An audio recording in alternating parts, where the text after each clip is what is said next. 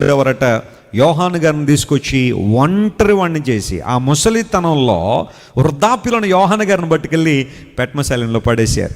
ఇప్పుడు ఎవరు కాపాడతారో చూస్తాను, ఎవరు అతను రక్షిస్తారో చూస్తాను. ఆహారం లేక, సరైన ఫెలోషిప్ లేక, సోషల్ ఫెలోషిప్ లేక ఒంటరివాడిగా కుమిలి ఈ ముసలుడు అక్కడే చచ్చిపోతాడని చెప్పి యోహాను గారిని తీసుకెళ్ళి ఎక్కడ పడేశారు? పట్మస్ ద్వీపంలో పడేశారు.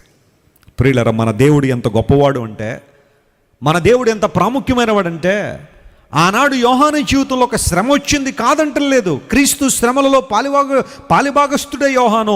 అయితే ఆ శ్రమలో నుండే దేవుడు ఒక అద్భుతమైన ప్రత్యక్షతను యోహానికి ఇచ్చారు. దేవుని నామమున స్తోత్రం కలుగును గాక. He received revolution from God in his suffering.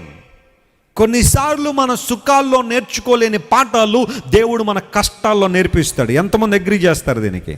Yes.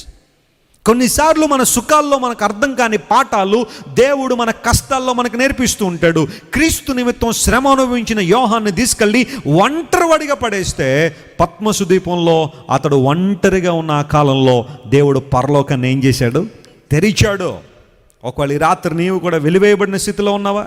ఎక్స్టెర్మినేట్ చేయబడ్డావా? కొంతమందిని ఎక్స్టెర్మినేట్ చేస్తూ ఉంటారు. కులంలోంచి, మతంలోంచి, ప్రాంతాల్లోంచి వెలివేసేస్తూ ఉంటారు. అలాంటి అనుభవం నీలో ఉందా?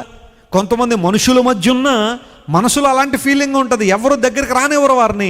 వారందరూ కూడా చాలా భయంకరమైన ఒంటరితనంతో కుమిలిపోతూ ఉంటే, లుక్ అంటు గాడ్.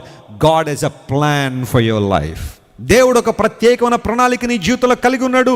ఆయన ఏదో కొన్ని పాఠాలు, ప్రాముఖ్యమైన పాఠాలు నేర్పించాలనుకున్నాడు. యోహాను తన ఒంటరితనంలో ఒక్కడే పద్మసు ద్వీపంలో ఉండగా ఆనాడు దేవుడు ఒక అద్భుతమైన దర్శనాన్ని లేదా ప్రత్యక్షతను యోహానికి ఇచ్చాడు. పెట్మస్ ఐలాండ్లోంచి ఈ ప్రకటన గ్రంథం రాయబడింది అనే విషయాన్ని మనం గుర్తించాలి. ఈరోజు మనం